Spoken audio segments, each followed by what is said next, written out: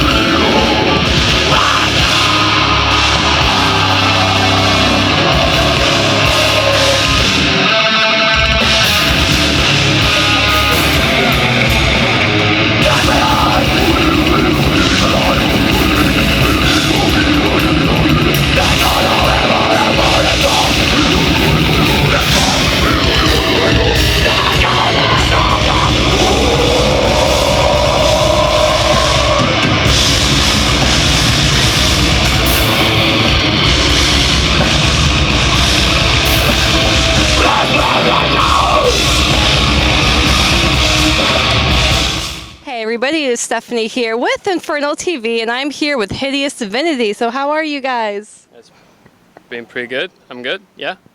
It's great to be back here after 1 year. Nice. Awesome. Nice, that's awesome. So this is a really interesting tour package. You're touring with Vader, Abysmal Dawn, I think Vitriol is also, yes. So, well, the one thing I've noticed about this tour, Vader hasn't toured here in a while. I know Abysmal Dawn hasn't toured in a while, so you're touring with bands that, you know, it's not like constant every single year they're touring, or at least they're not touring here. So, and you are all starting to conquer the North American market as well. So this is only your second U.S. tour. So how have the crowds been? Have they been more like enthusiastic and all that? You go for it. I think things are getting better. We're getting people coming back, but if you think about the packages, when we tour with Aborted Encryptopsy and Benighted, we of course had certain audience that perhaps knew us already. When it comes to Vader and the fact that they haven't toured the US in like more than 3 years, where their crowd is getting to know us. So there is actually still a lot of people, of course, by definition, that don't know us, and I think it's a good surprise for them, and it's great for us, the fact that we managed to have also in Europe so many different tour packages, if you think about it. So now we're finally going for a bit more old school death metal package. I mean, I grew up with Vader, so a lot of other people did. Nice, and well, I'm friends with their manager, and I was talking to Tito when you all had just come back from the tour with Aborted, and he said, because we're in Orlando right now, and he said that apparently it was all your dreams to play Orlando, so that's your second time playing Orlando. You know, we all grew up listening to old school death metal, so coming to Florida, where kind of it all started, it was kind of a dream for us come true. And the turnouts and reaction last year, and I think what was the other venue we played at? Market. I think. Yeah. And now in Orlando, both shows were pretty cool, and I heard tonight about pre-sales are going to be packed as well, so I'm really looking forward to the show tonight. Nowhere, you loud, just renew.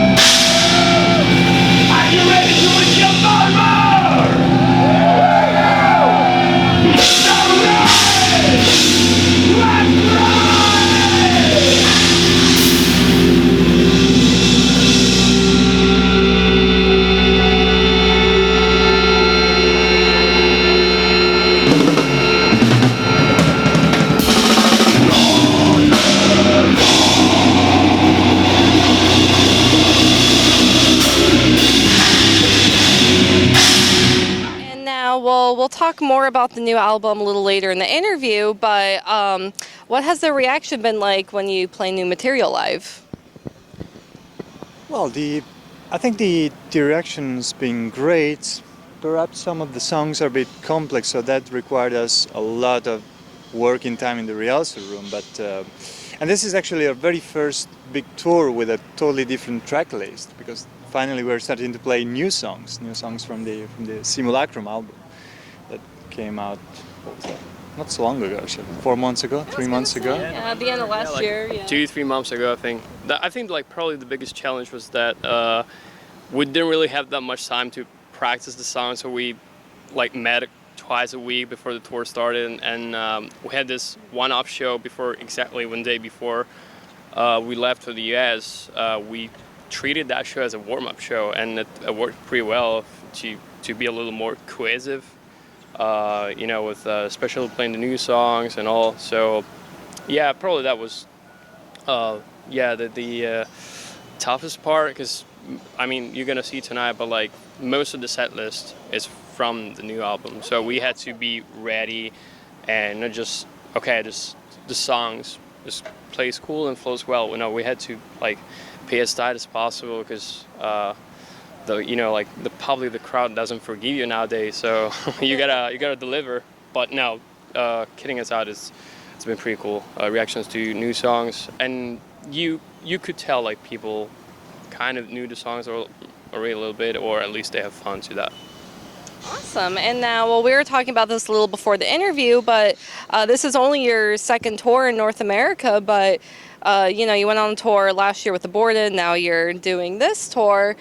So your North America reach is, definitely increasing, and you're expanding more. So how does it feel to get a more, I guess, like global presence here in the metal scene? Oh, it feels great. It feels great, and I mean, we discovered past year, amongst all the things, the cool things of traveling, but we finally understood how big the American market is. Mm-hmm. It was something that was definitely due, but I'm also glad we decided to do that when there was where there were like 3 albums out. People were asking kind of in private for us to come to the US earlier, but I think we got the right time, and everything worked properly.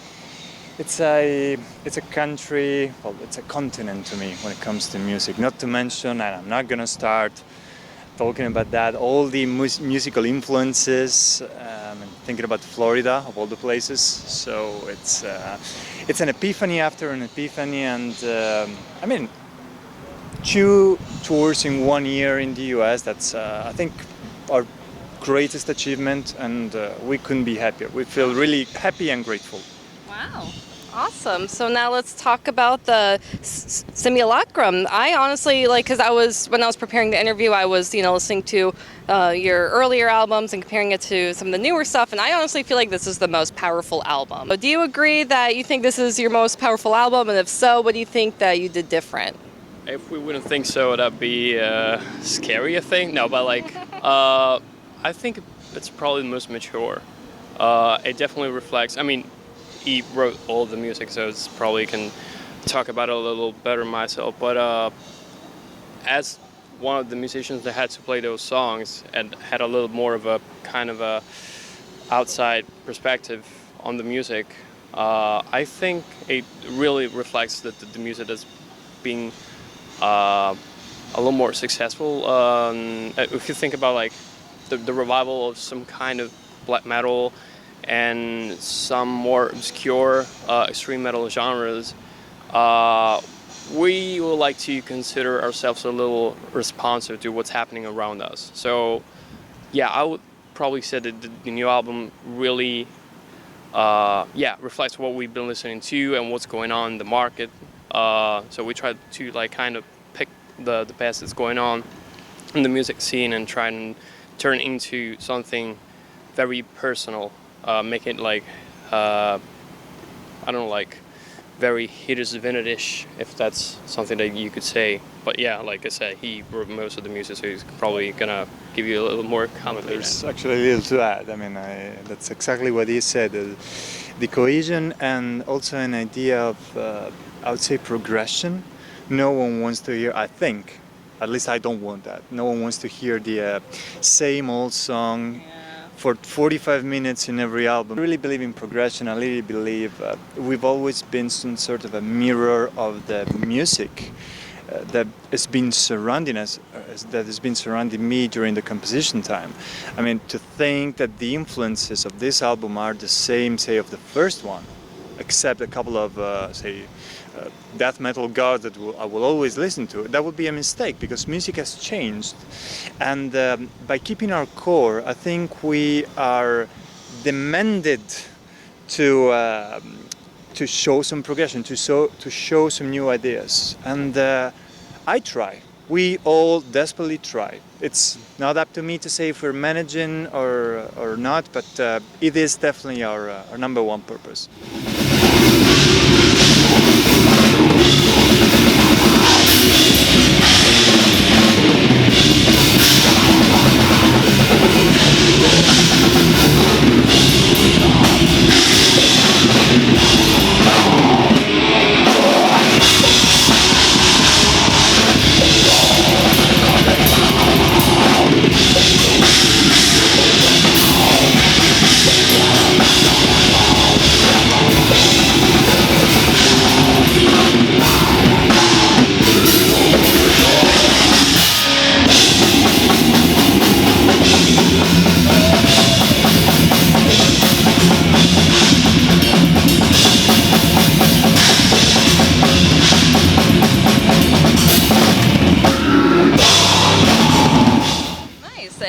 I know you've said this before in interviews that with your music, you focus less on the technicality. And I'm going to also ask another question about this, but I feel like with, well, especially the last two albums, but especially with Simulacrum, that I feel like it's very atmospheric. Like there's a certain atmosphere to the album.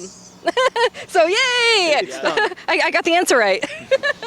Yeah, I mean, it's the atmosphere is now what I think certain extreme metal audience is looking for. They're to be the fastest and the most brutal, it may have worked 20 years ago, when it was actually not everybody's thing. Not everybody was able to do that. Now, at least I'm noticing that people are looking for something that will make them travel, that will make them fly away. And there are bands that I worship that are definitely giving you this idea that you're not even a fan of a band, you belong to some sort of a cult. So the individuality of the listener is pleased by this mysterious, like you say, atmospheric way of interpreting music, lyric, concept, which of course is related to the artwork, but that should always be a crucial part of, what the band gives to the public, I think. Medium fans get like familiar with, because the whole routine when you announce the title, like the track list and the artwork, people, whether you like it or not, are gonna be a little bit influenced by what they see. So if the music, I think once I read like this comment that said your music sounds exactly like your artwork suggests it would do. I think that's one of the best things I read on the internet. But yeah, atmosphere is definitely the direction we're going for, and yeah.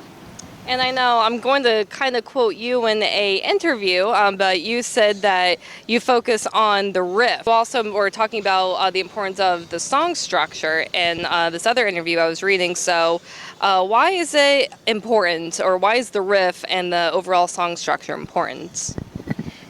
Just because I don't feel I'm a technical player at all. So I have to do, I have to trick the listeners in some other way. And the song structure, well, I think it all starts from there. First of all, you have a limited a short attention span when it comes to most of the audience. So the song structure, it's like showing a path. And of course, sometimes requires you to write longer songs, which may be difficult to play when you have a short set list. But yeah, well, the song structure is it's basically the way you have to, to get death metal gives you some tools, and the song structure allows you to be creative with these tools. At least that's what I think. Because if you dissect the song and you take every single part, you will have the usual drum patterns. You will have certain riffs. The notes are 7, so in one way or another, it's always there. The only way to make it is to pay attention to the song structure.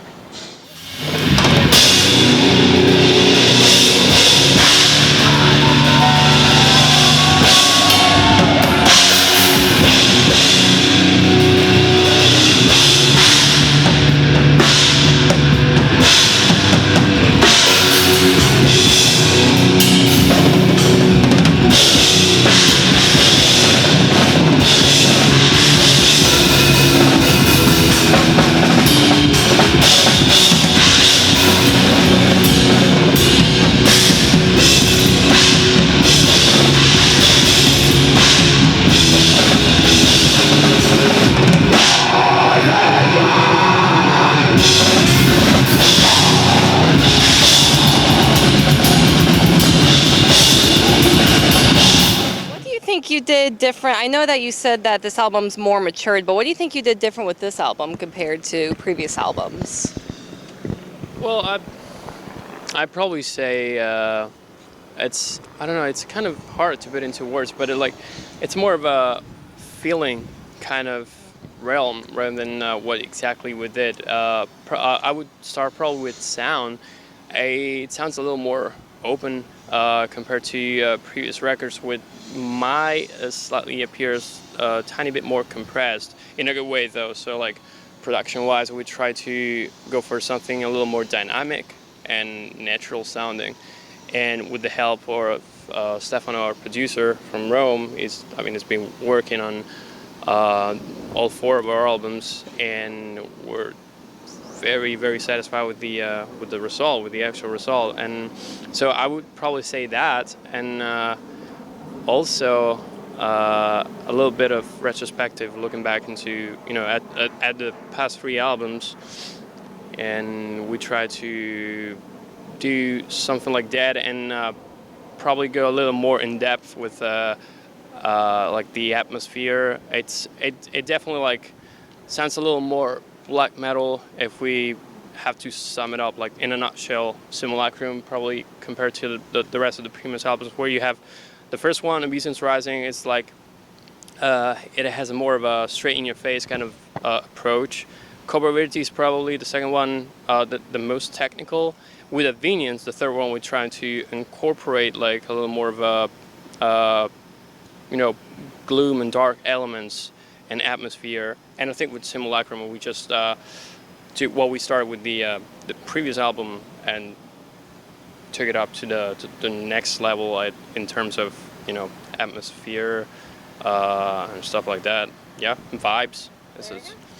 Now another question about the dark atmosphere that you're describing. Going into the songwriting, what is your mindset? What is, do you just get yourself into bad, dark, gloomy moods, or you just listen to? He lives by that. That's his lifestyle. This is not a blooper. This is true. Sad life, yeah. That's my wife. Now the thing is, I think it was a German director, Werner Herzog, that said that he will get his inspiration from life experience and from walking and traveling. As of me, it all starts with listening to music. It's all about listening, paying attention to the music that you're loving. Anything that I've been listening, say, in the past 2 years, things that resonated in me, I was like, there. Then you start studying what he did. Why does this thing resonate in me? So you're trying to pay attention. Is it the riff? Is it the production? What did he do? And I'm telling you, I could quote bands that have nothing to do with our way of playing extreme music, but I'm such a big fan of them. So to incorporate these elements in our core music, because if tomorrow we start becoming, some sort of a clone of Mayhem, no matter how well we play, people will be like, why? Everybody will notice that. So the mindset is, well, I could tell you, never to pull the plug.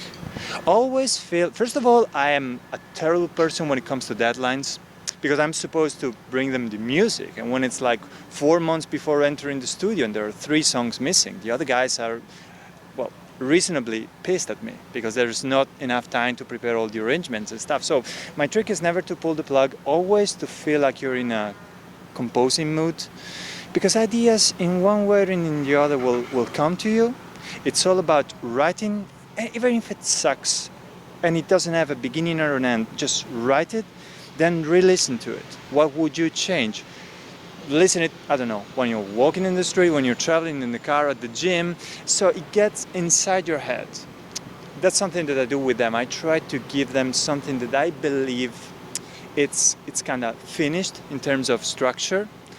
And of course, I have to learn how to take criticism a bit better, because my first reactions are always like, it's perfect the way it is, you don't know anything, so shut up and play it. And it's not how it works, okay? So many songs that I thought they were not that good. Then Enrico, the vocalist, steps in. He changes the structure. Okay, I'll change the structure, let's move this part in here and there. And then it's almost a totally different song, and it's much, much better. I'm like, oh, it was not that bad. And it was thanks to him, it was thanks to Stefano and Giulio changing the drum parts, of course, because sometimes he tells me, look, this part that you wrote, it's very, very cool, but I'm not an alien, I don't have 3 arms, so we have to take a step back. Friendly. We have to take a step back and make it more real, but still you're giving them something to work on that is not like, yeah, the riff goes like the ta ta ta ta ta ta ta. It's not maybe it was the way of doing things in a rehearsal room back in the 90s, but things have changed according to at least my method, if I do have a method. Interesting. And so, well, I have a question for you. So, well, in case none of you camera watcher, viewer people know, he is also a bass player of Aborted. So, so how do you handle being in both bands? It's cool, actually. I mean, last year we were trying to, I mean, we with Aborted we were working on the second US tour. We did on our visa, and we're looking for other bands to, for the package. And half joking, half serious, I mentioned to Sven, so what about Hideous Divinity? Ha ha ha. I was like, yeah, let's do it. I'm like, shit, double duty. But so I pitched the idea to the rest of the guys, and we started immediately working on the ministerial side of things. We try to make it work as better as possible. But yeah, it's been cool. Schedule-wise, so far I've been kind of lucky, because with the board we work in a way that I already know a lot of, a long time in advance where I will be, what I will be doing. So I would prefer that to my bandmates and Hideous Divinity and be like, can we guys maybe arrange a tour which is not in this time? And it's not just a matter of priority, because I do play with Hideous Divinity a lot as well. It's just arranging stuff. So for example, with the Border, we had a few ideas for February, March, and I'm like, I have this tour coming up in the States with Hideous Divinity, this one. So we moved ideas and schedule, and as a matter of fact, we're coming back. Actually, I think we'll play here in a couple of months with Napalm Death, Tombs, and Worm. So that's gonna be a killer package. So yeah, it's I try to mediate between the two bands and try and fit the schedule as much as I can, even though it means being away from home for a while. This is what I chose to do. So There you go. it's cool. It's been working pretty well so far. So fingers crossed, schedule-wise.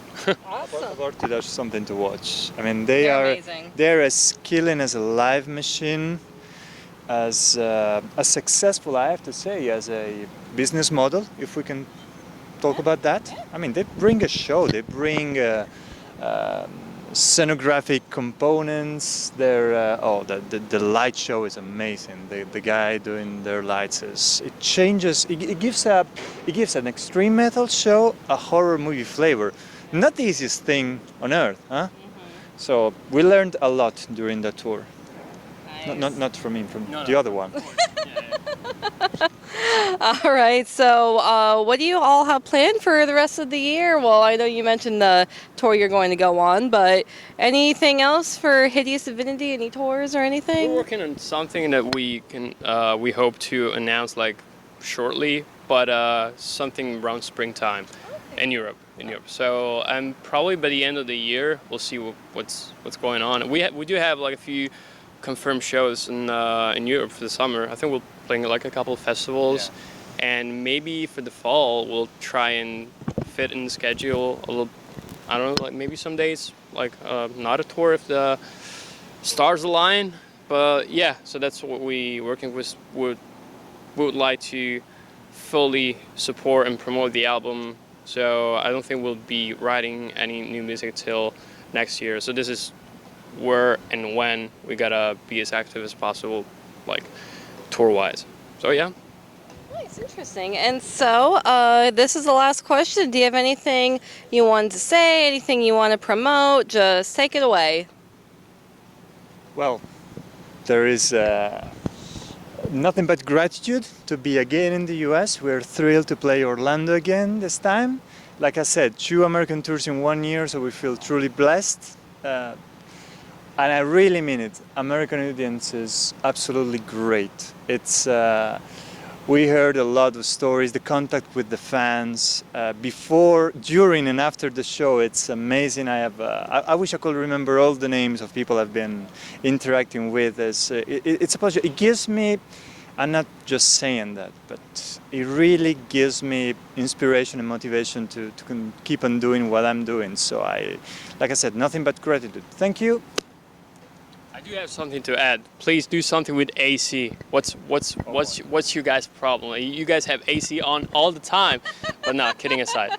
Really enjoy touring the US. It's so different from Europe on so many levels, and what I really like about touring here is the reaction you get from the fans. They're really, really grateful and thankful that you came here and you travel all the way across the pond and be like, welcome to X city. So yeah, thank you so much for supporting us and coming to the show. Of course, most, if not like almost all of them, are here for Vader. But the reaction has been, like I said, it's crazy, and we couldn't be happier about the turnouts and the whole thing. Very American thing. From the first band playing, from the local support to the last one, the same passion. Yeah, and they don't care. They show up like even if it's the whole show starts at 7. We played Dallas like I told you like a couple of days ago, and by the time Vitriol was on stage, and the place was already pre-packed. So that was awesome. Yeah. Awesome. And so, thank you all for checking out this interview. If you haven't listened to Simulacrum, then it's probably my favorite Hideous Divinity album. It is absolutely phenomenal. And they will be on this tour with Vader, Abysmal Dawn, and Vitriol it just started pretty recently, right? You're only we're like just like a week in. a weekend. This is Okay. our 7th show, where there's like 16, 17 left. So Okay. yeah, So still yeah. plenty of time. All right, so definitely come check out this tour if it's coming anywhere near you. If you're in Europe, I guess Hideous Divinity is going to be in touring around Europe or playing some festivals later this year. And also check out this guy right here with the board, because it seems like he's also going to be pretty busy. And thank you again for watching. Stay metal, everyone. Thank you. All right.